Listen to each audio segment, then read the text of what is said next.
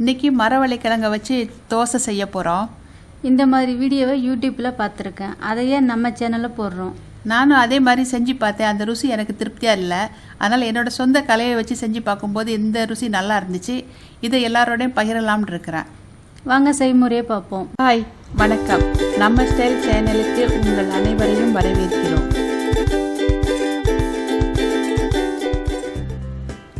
மரவள்ளிக்கிழங்கு தோசை செய்கிறதுக்கு 1 கப் திருவுன மரவள்ளிக்கிழங்கு எடுத்துருக்கிறேன். அதை மிக்சியில் போடுறேன் அரைச்சிக்கிறதுக்காக. 4 துண்டு இஞ்சி போடுறேன். 6 சின்ன வெங்காயம், 3 பல் பூண்டு வெட்டினது போடுறேன். 1/4 மேஜை கரண்டி சீரகம், ஒரு பெரிய பச்சை மிளகாய் உடைச்சி போடுறேன். உப்பு தேவையான அளவுக்கு. 1/2 கப் அரிசி மாவு எடுத்துருக்கேன். 1/4 கப் தேங்காய் பால். மற்றதை சமைக்கும்போது பார்க்கலாம். அரைச்ச கலவையை வேறு பாத்திரத்துக்கு மாற்றிக்கிறேன்.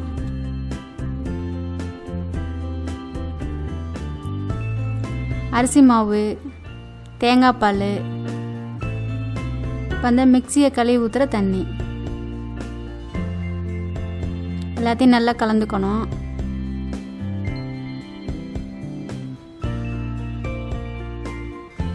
இந்த பதத்துக்கு மாவு வரணும் ஊற்றுற அளவுக்கு. கல் சூடாயிட்டு நல்லெண்ணெய் தேய்ச்சிக்கிறேன்.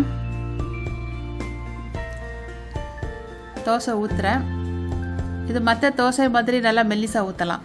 இந்த தோசைக்கு என்ன தொட்டு சாப்பிட்லாம்? அதை ஊற்றி சாப்பிட்லாமா இல்லை சும்மா சாப்பிட்லாமா? சும்மாவும் சாப்பிட்லாம். இந்த தோசையில் வெங்காயம் அதெல்லாம் நம்ம போட்டு அரைச்சிருக்கோம்ல, உரப்பு எல்லாமே அதில் இருக்குது. சும்மா சாப்பிட்லான்னு சாப்பிட்லாம், இல்லாட்டி சட்னி சாம்பார் அந்த மாதிரியும் தொட்டு சாப்பிட்லாம். இதே மாதிரி எல்லா தோசையும் சுட்டு எடுத்துருங்க.